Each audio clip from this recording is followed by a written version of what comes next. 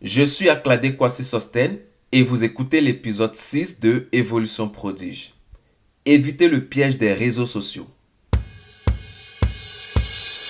Bienvenue sur Évolution Prodige, le podcast qui révèle le conquérant en vous.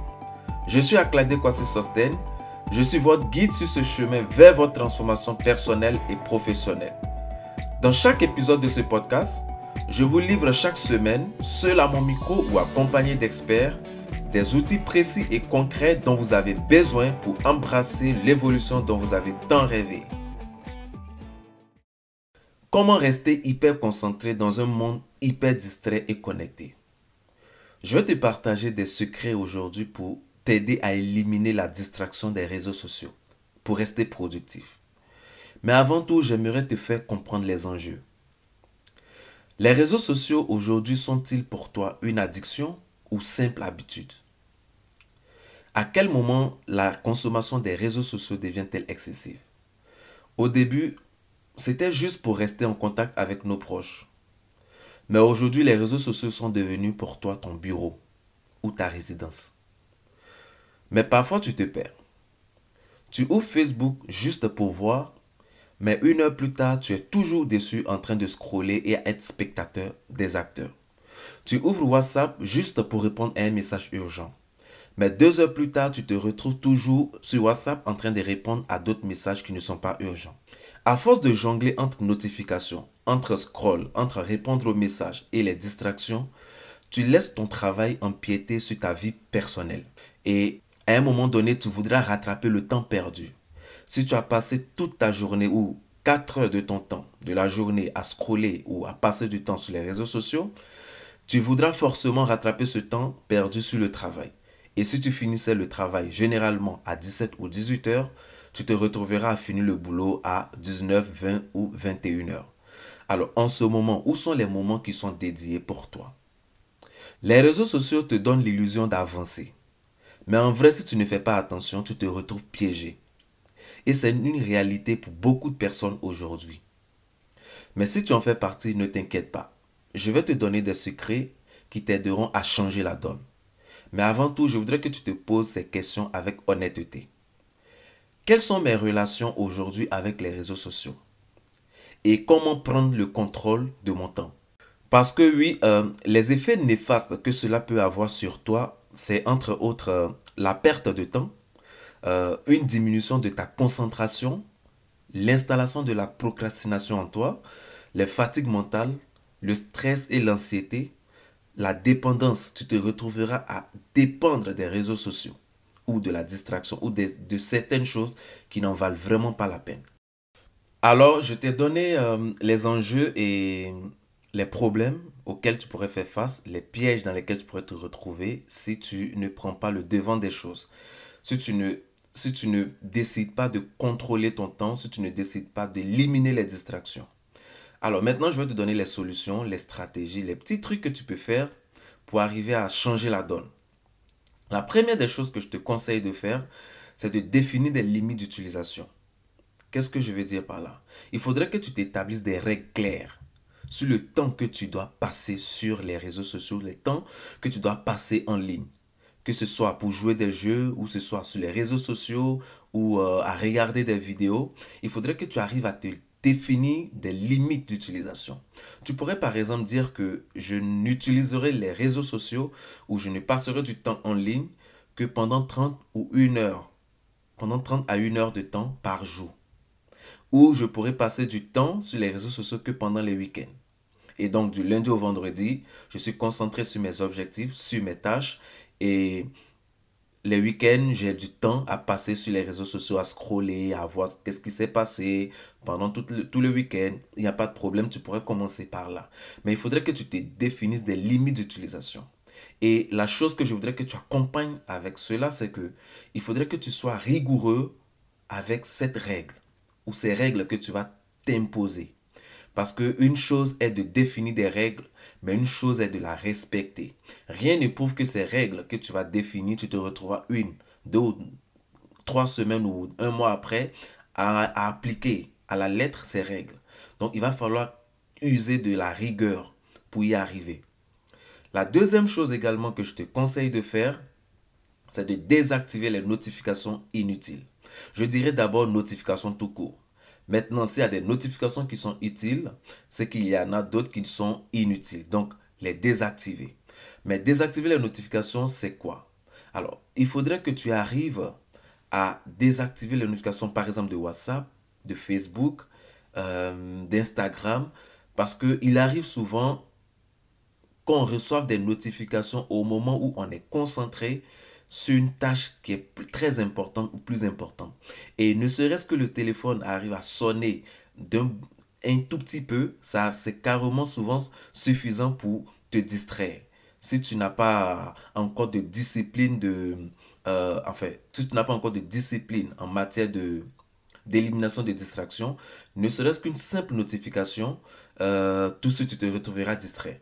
Donc pour éviter cela, il serait préférable de désactiver les notifications. Si tu ne supportes pas cela, tu peux désactiver les notifications juste pendant les heures de travail, en journée, et les remettre le soir.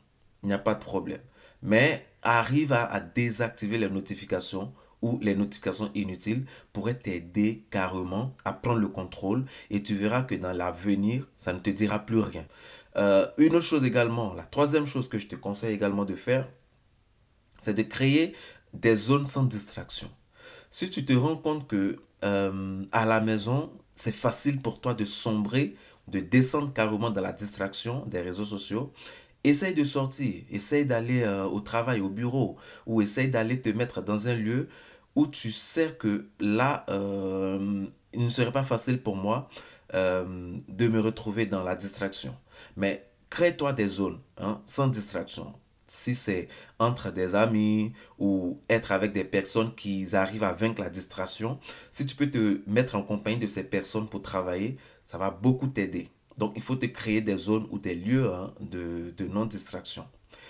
La quatrième chose que je te conseille de faire, c'est d'utiliser des applications de blocage. Alors, aujourd'hui, il y a beaucoup d'applications qui existent qui t'aident à garder le focus sur ton travail, qui t'aident à éliminer les distractions des réseaux ou des sites. Voilà. Il y a par exemple l'extension Blockseat qui est disponible sur Google et sur d'autres navigateurs. Il y a aussi Focus Guard qui existe. Tu peux installer ces applications qui pourront t'aider par exemple à bloquer des sites. C'est quoi?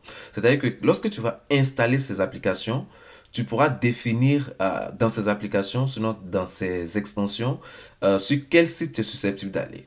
Par exemple, si tu bloques WhatsApp ou si tu bloques Facebook à partir de cette extension, lorsque tu vas essayer d'accéder à Facebook, tu ne pourras pas en fait, ça va se bloquer. Tu ne pourras pas accéder à Facebook, tu ne pourras pas accéder à WhatsApp ou truc. Donc c'est aussi un excellent moyen pour arriver à éliminer la distraction. Je te conseille de faire un tour sur Google et tu tapes Blockseat ou bien Focus Guard. Ça pourrait t'aider carrément à améliorer ta manière d'éliminer la distraction. La cinquième chose que je te conseille de faire, c'est de planifier des moments de déconnexion. Alors, il ne suffit pas seulement d'arriver à désactiver les notifications ou à se fixer des limites d'utilisation ou à bloquer certains sites, mais il faudrait également que tu puisses te déconnecter de WhatsApp, de Facebook, des sites en tout cas. Il faudrait que tu arrives à te déconnecter de certains sites à des moments précis, de façon régulière. Cela va également t'aider à contrôler surtout à contrôler tes temps que tu passes sur les réseaux sociaux et cela va éliminer la dépendance. D'accord? Ça fera comme si tu arrives à contrôler tes temps que tu passes sur les réseaux sociaux et c'est exactement ce qu'on veut. Arriver à contrôler ce qu'on fait sur les réseaux sociaux, le temps qu'on passe sur les réseaux. Donc, il faut planifier des moments de déconnexion, c'est très important. La sixième et la dernière chose que je te conseille de faire, ce sont les éléments que je trouve importants. Voilà, après, il y a d'autres éléments également qui se rajoutent, mais ce sont les 6 choses que je voudrais te dire. Et donc, la sixième, c'est de fixer des horaires spécifiques pour les distractions. C'est-à-dire, il faut t'allouer des moments spécifiques dans ta journée ou dans la semaine ou en ces moments-là, tu te dire que ce sont des moments pour me distraire, ce sont des moments pour passer du temps avec mes proches, pour me distraire sur les réseaux sociaux, pour jouer du jeu ou regarder des films. Mais il faudrait que tu arrives à te fixer des horaires spécifiques, que ce soit en semaine ou dans la journée. Voilà. Et il faudrait que tu sois rigoureux aussi envers ça. Il ne faudrait pas que tu te fixes juste cela, que tu respectes ça aujourd'hui et demain, après-demain ou une semaine après, allez, hop, on revient à l'habitude ancienne, non. Il faudrait que tu sois conscient des horaires que tu t'es fixés et que également tu sois rigoureux envers toi-même.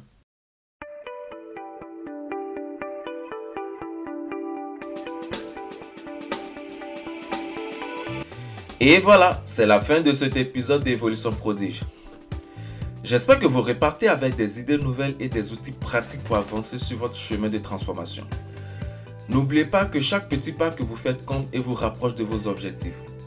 Si cet épisode vous a parlé, pensez à vous abonner et à partager le podcast avec vos amis ou collègues qui pourront en bénéficier. Vous pouvez également laisser un avis et une note. Cela nous aide à toucher encore plus de personnes et à continuer à vous offrir du contenu de qualité. Rejoignez-nous sur les réseaux sociaux Évolution Prodige pour ne rien manquer et participer aux discussions autour de votre transformation. Vous y trouverez également des conseils supplémentaires et des inspirations quotidiennes pour rester motivé. En attendant le prochain épisode, souvenez-vous que la clé du succès réside dans l'action. Chaque jour est une opportunité de progresser et de devenir la meilleure version de vous-même. Merci encore de faire partie de cette communauté de concurrents. Restez connectés et à très bientôt pour un nouvel épisode d'Évolution Prodige.